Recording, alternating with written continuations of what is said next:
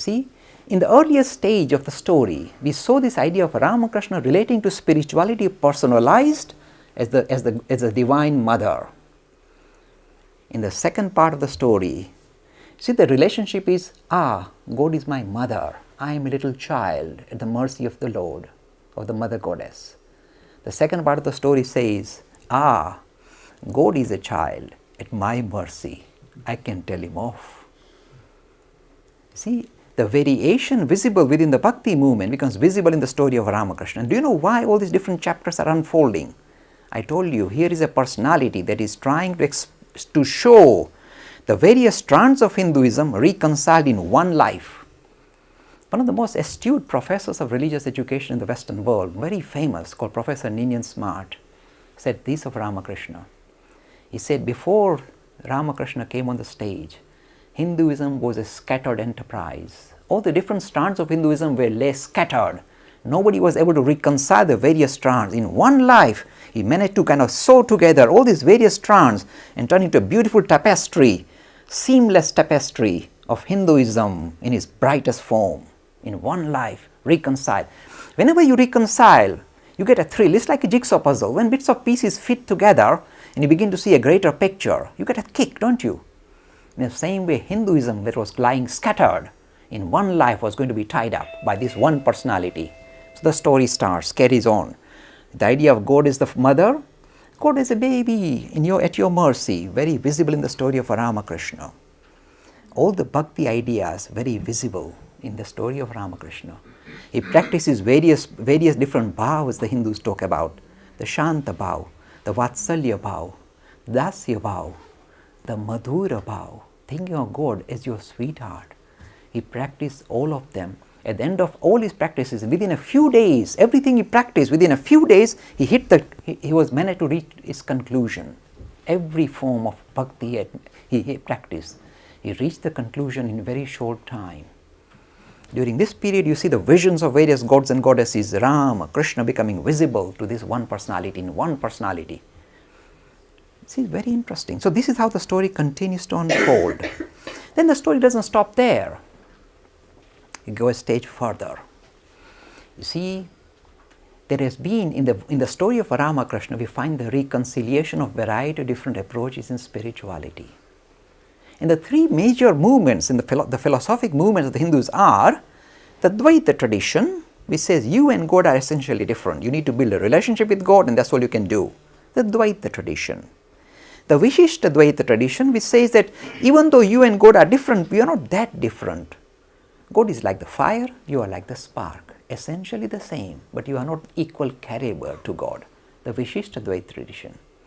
Then there is a third one, set up by Adi Shankara, the Advaita tradition, which is philosophically extremely satisfying. Now, before you even begin the Advaita tradition, you see, because look, I am now reconciling bhakti with jnana. And you may think jnana means you sit down and you kind of smoke a pipe and think about spirituality in an intellectual manner. Nothing of the sort. The jnana marg is equally experiential. It is not purely intellectual, fly off in your thought structure. It is something that can be experienced equally dramatically. Jnana marg can be experienced. Yes, it can be experienced. And without experience, I say religion is worthless. If anybody talks about religion, look, whenever you come across any religious personalities, friends, simple I'm telling you, litmus test. Ask yourself, don't ask me, don't even ask him sometimes, ask yourself, is this person talking about spirituality from experience or is it just book learning? Ask yourself. You will be able to very quickly suss out the real masters from the charlatans. You see, there are so many in the market. This market is crowded and everybody is making claims for themselves. They're all kind of, I can't even, look, let me tell you. With Ramkrishna, I have stopped using the word Shri because there are so many Shris around, including Shri Lakhani, they are they are nuisance. You see, with Ramakrishna, I don't use the word Shri even. Do you know why? If you love somebody, if you feel so close to somebody, Shri is like, in a way, like saying Mr. Respectful title. If you really love somebody, would you put Shri in front of him? If you met your father, would you say, Mr. Father, Shri Father. It's a father. It's a mother. You say, you don't need to kind of put a top and tail. When you love somebody, you take the tops and tails away, kick them out. You have no time for that. You need to grab the person, the one who is the middle of this kind of labels. You need to grab that. So here is this Ramakrishna now reconciling, if you like, this idea of bhakti with gnana. Now Adi Shankara says, in order for you to be established in gnana marg, look, this is experiential religion with Adi Shankara too. You require 4 things: vivek, discrimination between what is real and what is not real, not fancy or fanciful thing, but things which are real, which will stand the test. Vivek, vairagya, dispassion, then shatta sampati. These are the kind of things which require sam, dam, uparati, titiksha, samadhan and shraddha. And the fourth one is mumukshvatva.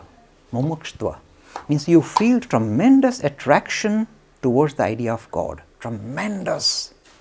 Now all these instruments that you require, the tools that you require, are already visible in the story of Ramakrishna. He doesn't have to kind of go to a university and develop any of these traits. He already possesses all of this. So the student is ready, and it is time for the teacher to make an entrance. And the teacher is of equal caliber, very unique teacher. So one day in the Dakshineshwar temple enters a very tall, a very, very kind of magnanimous, charismatic character. By the way, he's wearing no clothes, so automatically he draws attention. He walks in. His name is Totapuri. He walks into the temple, and he's in his different world. You see, this person is established in Advait. My essential nature is God. He is established. Day and night he is established in the state of mind. He walks into the temple garden. And you see, these people have no kind of qualms. They have no purpose. They just wander about the world because they are established in this God knowledge that I am that. And he walks in. He's like a king, majestic.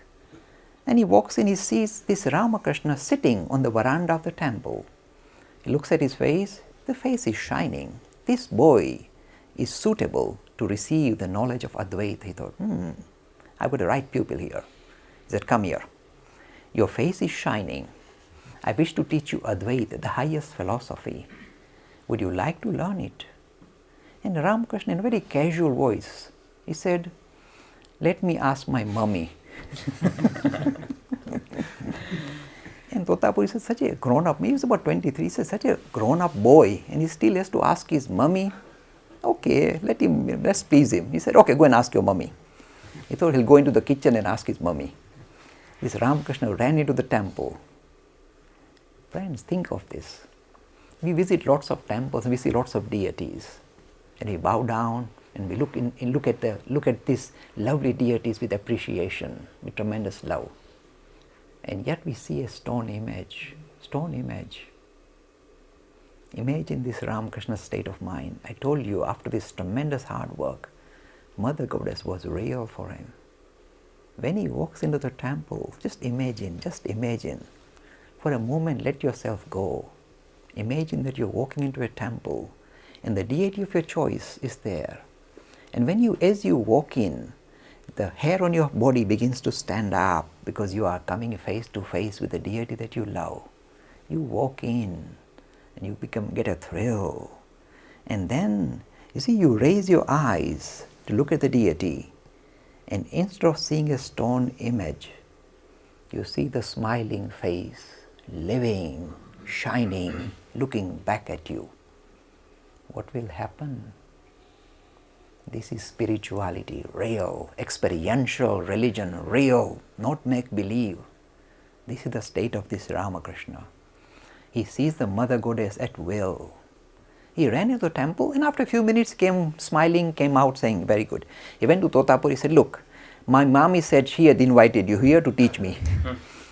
Like you ask getting a tuition, somebody to give you tuition to your children. You invite a teacher saying, teach maths, his boy is struggling with maths, and the teacher walks in and says, mommy called him. He said, my mommy said she has brought you here to teach me Advaita. So I'm perfectly happy to practice this. Totapuri said, no mummies ever dictate to me, and I don't charge fees, and I am not anybody's tutor. I don't know who is this mummy. Never mind, the boy's got a little bit kind of screw loose. Never mind, I'll deal with him. Okay, said Totapuri, tomorrow you come, we start the process. You see, this is experiential religion of the highest form, Advaita. You see, people think that all are equal. In fact, there is a hierarchy. From the Dvaita, you progress to the Vishishta Dvaita. From the Vishishta Dvaita, because even here there is a bit of arbitrariness, you enter the Advaita. There is a hierarchy. Not that one is wrong. There are different stages of development towards the same target. So this Ramakrishna says, I am ready for Advaita. My mommy said so. Next day, come very early. You know how they start, these people? Just after midnight, they begin the process. So it's not early, it doesn't mean 8 o'clock in the morning and 10 o'clock the Sindhi time. This is much earlier, much earlier. The day starts much earlier. So they come, the boy is ready, they take a bath in the river Ganga. Now, says first thing first. First, I have to give you Diksha, you have to become a sannyasi. And Ramakrishna said, well, I don't mind, but my mummy, not the mother goddess, but the other mummy, the real one in the kitchen, she will be very, worried if she sees that I have got taken sannyas and become a sannyasi. Don't worry, she doesn't have to know. So this boy is asked to take Diksha. He takes the Diksha. He's asked to do his Shraddha ceremony. Shraddha means when you die, somebody, your descendants will do a Shraddha ceremony. Now here, if you want to become a sannyasi, you do your own Shraddha, because you can't wait to be, have your children. So you carry out your own Shraddha ceremony. He does that too. Early in the morning, before the sun has come up, time has come to start the process of Advaita. So they go into a little hut, which is just in that particular part of the temple, north of the temple. They go into the hut, quiet, and they sit. The guru sits in front of the teacher, the student, and said, now sit cross-legged. Now, let me give you the ultimate knowledge regarding what is everything. Focus your mind, close your eyes and focus your mind here, said the teacher, between the eyebrows. And think of nothing but your essential nature as the spirit. Now it sounds very simple, but this Ramakrishna is capable. So he closes his eyes, and just in a few seconds, he gets disturbed. He opens his eyes and says, I can't do it. Totapuri said, why can't you do it? I am your teacher. I am ordering you to focus your mind there, just between the eyebrows. We begin the process of meditation. Ramakrishna says, my guru says so, I have to do it. He closes his eyes, again becomes disturbed, opens his eyes, I can't do it. Totapuri said, what's the problem? He said, every time I close my eyes and focus my mind here, the blissful image of the mother goddess appears in front of me. My boy, you're meditating. Sweet little boy. She keeps popping up. Now, see, Totapuri has no time for gods and goddesses. He said, look, take out the sword of Vivek, discrimination. Take the sword out. If the mother goddess appears, chop her in half. Chop her in half. The boy who loves the mother goddess is now told to chop her in half. You see, we are now moving from the Dvaita to the Advaita. And that arbitrariness, the linkage, has to be kind of transcended. Ramakrishna says, I will try. Again he is struggling. Now Totapuri picks up a piece of sharp glass which was on the floor. In India you will find all these glasses all the place, all of them. He picks it up and makes a mark on his forehead. Very harsh, hard. So it starts to bleed, the mark starts to bleed. Totapuri says, focus there now, my boy. See what happens. In the third attempt, Sri Ramakrishna, the young man, closes his eyes, focuses there, and goes into the deepest meditation that the Hindu scriptures prescribe or subscribe, the highest form of meditation. He enters it instantaneously. Now, let me tell you a little bit about Totapuri. For him to master that meditation, where you recognize your essential nature as the spirit and not the body or the mind or the intellect, you rise above it very fast and you become established in that. Totapuri took 40 years of practices, 40 is recorded, before he hit the target. And this boy in 5 minutes has hit the target. He can't believe his eyes. He says, something is weird here, unusual. But he seems to be in deep meditation, I will not disturb him. So he left the room and locked it so that nobody else will go and disturb him. And after a few hours, he gently opened the room, opened the door, hoping that the youngster says, yes, I've done it, let's go. The young man is in deep meditation, his face is radiant, shining brightly, absolutely like a statue. At the highest form of meditation, even the bodily functions stop. It is like a piece of log, a rock. He's sitting like that, shining, face is shining, he's not dead. Face is shining, and yet there is no movement at all. Even the heart almost stops. Here the link with the body has been severed. The body just carries on an automatic gear, but severed. There is no linkage. Totapuri wonders, how can this boy achieve the highest state in such a short time? Never mind, close the door, let him sit there. He comes again next day, no change. Food, drink, who cares? This is a piece of wood, piece of rock, steadfast, shining. This is real story, friends, real story in our time. No exaggeration, nothing, no movement. Again, he locks the room, goes away, comes back the third day, nothing. You may think, well, what kind of state is this? Is it a state of kind of inertia, like inert matter, you're stuck like that, like a statue? Look, if you ever had a glimpse of this experience, this is the most blissful state. You are in your element, the real element, not the make-believe world that you live in. You're given up this shadowy existence and you establish yourself in your true being. This is the most blissful state. Bliss is the only word. You are establishing that. This is the most exciting, interesting, and this is what spirituality is all about, experiential aspect of religion. This young man is established in that, Advait. Highest experience the Hindus talk about. After the third day, Totapuri begins to panic. He said, I've sent this boy away and he's not coming back. It is said that in that state, only some people can return if they've got some important function still to fulfill. They disappear because they couldn't be bothered to re-establish link with the body or the mind. They are in their blissful state. They have lost all the linkage. They don't come back. Totapuri says, what have I done? I've sent him off. This is terrible. Now this is a true story, and this is what they prescribed in the scripture. They say, you shout as loudly as you can in his ears, Hari Om. So that part of the temple was, loudly ringing out with the sound of Hari Om. The Totapuri is screaming his head off into the ears of the little youngster, Hari Om, to bring him down. After a lot of Hari Oms, a little bit of movement was seen in the boy. He came out of meditation. He bowed down to his teacher. See, he was a very humble man.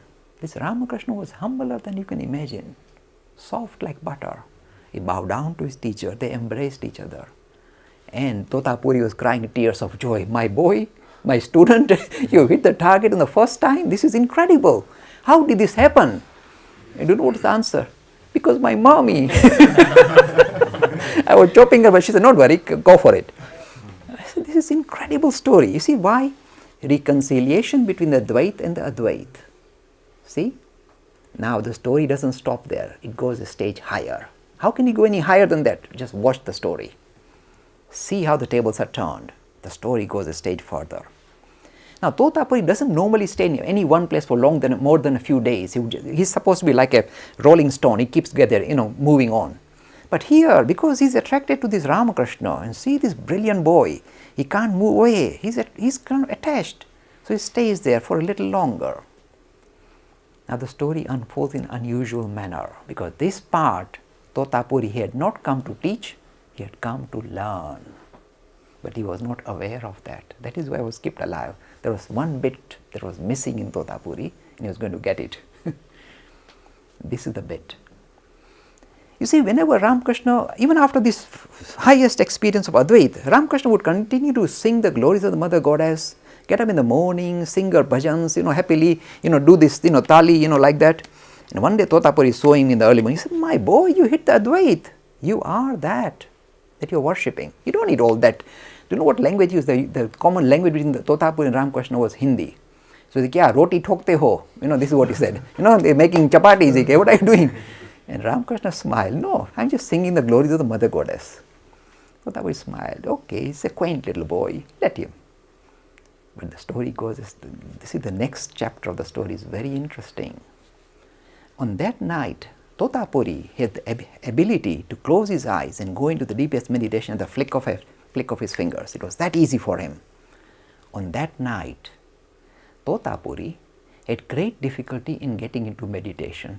However hard he tried, he get itches here, there, and he is a person who is above body consciousness and he is having real body consciousness. He is struggling to get into meditation. He tried all night and he got very annoyed with himself. He is a very powerful personality. So when he got annoyed, he couldn't get into deepest meditation himself, he said, this is ridiculous, this is ridiculous. I cannot be controlled like my body cannot get in my way. I am the spirit. The body is getting in my way. I know what I'm going to do. Now, again, this part of the story comes with health warning. We don't do it. He said, I am going to throw the body away. Discard the body. Spit it out. As I said, this is not for us. For Totapuri, he can do it. He said, now he's a tall man, very majestic personality. How can he get rid of his body? He's going to hang himself on the tree or something. That's not his style. There's a huge flowing river Ganga. So Totapuri said, easy, here's the river Ganga, I throw the body in the Ganga, end of it, end of the story. So no more, this body cannot get in my way, I am the spirit, let's kick it out. So in the middle of the night, you see all this drama is taking place. In the middle of the night, Totapuri says, let's go into the water and throw the body away. Can you believe this? I'm telling you, I'm not exaggerating. This is real story, recorded properly about 150 years ago. It's not even prehistoric times, recent. So Totapuri started walking into the river Ganga. Normally it's in that part of Calcutta, it's very wide, very deep. He starts walking. Of course, after a few steps, you should be able to go underwater and throw the body away, let it be washed away. He walks, and the water is less than ankle deep. He goes into the middle of the river, it's still ankle deep. Now, this is a majestic man. Now, if a majestic man cannot kill himself by throwing into ankle deep water and then putting his face and I'm drowning, I'm drowning. This is not on. This is highly, kind of. So Totapuri said, this is not enough water here for me to drown. Let me go further up. He went to the other bank of the river, went to right across, and there was not enough water to drown. This was getting out of hand. And Totapuri said, getting really annoyed. He said, this is terrible. I can't even throw the body away. There is not enough water in the Ganga to wash my body away. This is ridiculous. Something is happening. Something is wrong here. He looked around. Story. He looked around. He said, everywhere he looked, he saw the Mother Goddess smiling, laughing out aloud. And Totapuri said, this is magic here. I can't even get rid of my own body at my will. And I am the Advaiti. I am the one who is established in God experience as myself. This is ridiculous. He smiled. He said, I have learned my lesson. He walked back, sat in front of his dhuni, a little fire that he lights, and sat there, smiling. Early in the morning, Ramkrishna came out of his room, smiling. He knew what had happened already. He came near Totapuri. Totapuri said, my boy, teach me one or two bhajans of your Mother Goddess. I saw her last night. I can't avoid her. Ramkrishna smiled. Let me tell you the discussion between the Guru and the disciple. You see who is the Guru and who is the disciple now. And see how, in what simple language, Sri Ramakrishna explains the highest philosophy. He says, he gives the story of Ram, Sita and Lakshman going into the forest. Look at the narrative. He's a master of narrative, this Ramakrishna. He says it's like this. When Ram, Sita and Krishna are walking in the forest, they were walking in a single file. Ram would be leading, Sita would be in the middle, and Lakshman would be at the end. This is how they used to go into the forest. You see, now Lakshman has tremendous love of Ram. You see, the love that Lakshman has for Ram is unbelievable. Tremendous. So while they are walking, Lakshman misses Ram because Sita gets in the way. Because he must catch sight of his ideal from time to time to get sustenance, to get his life back in. So he keeps missing his Ram.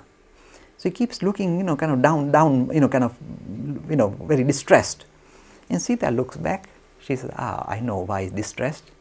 She steps aside for Lakshman to have to catch glimpse of his ideal Ram. From time to time, she moves aside so that Lakshman can catch glimpse of his ideal Ram, Sri Ram. Says Ramkrishna, this is the story of Mother Goddess and your Atman and Brahman. Unless Mother Goddess steps aside, you can't even recognize you are the Atman or the Brahman.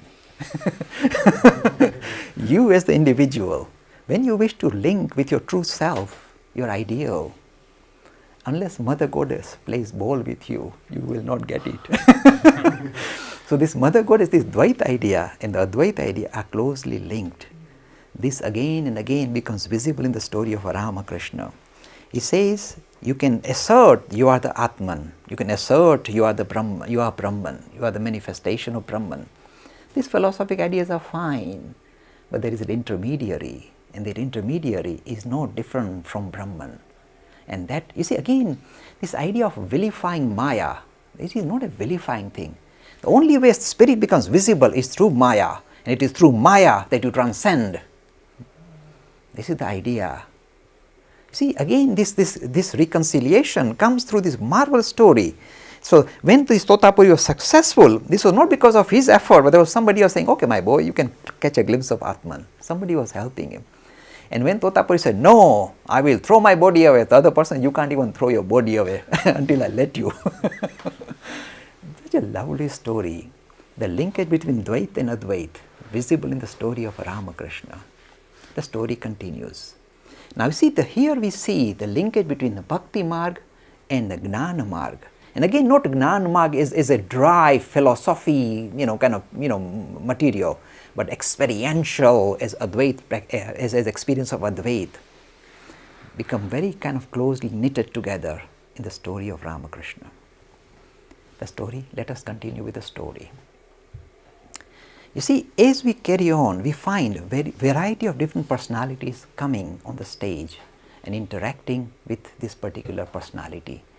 And in the process, we discover how Hinduism kind of unfolds in the modern world. And we are going to see the next stage of the story.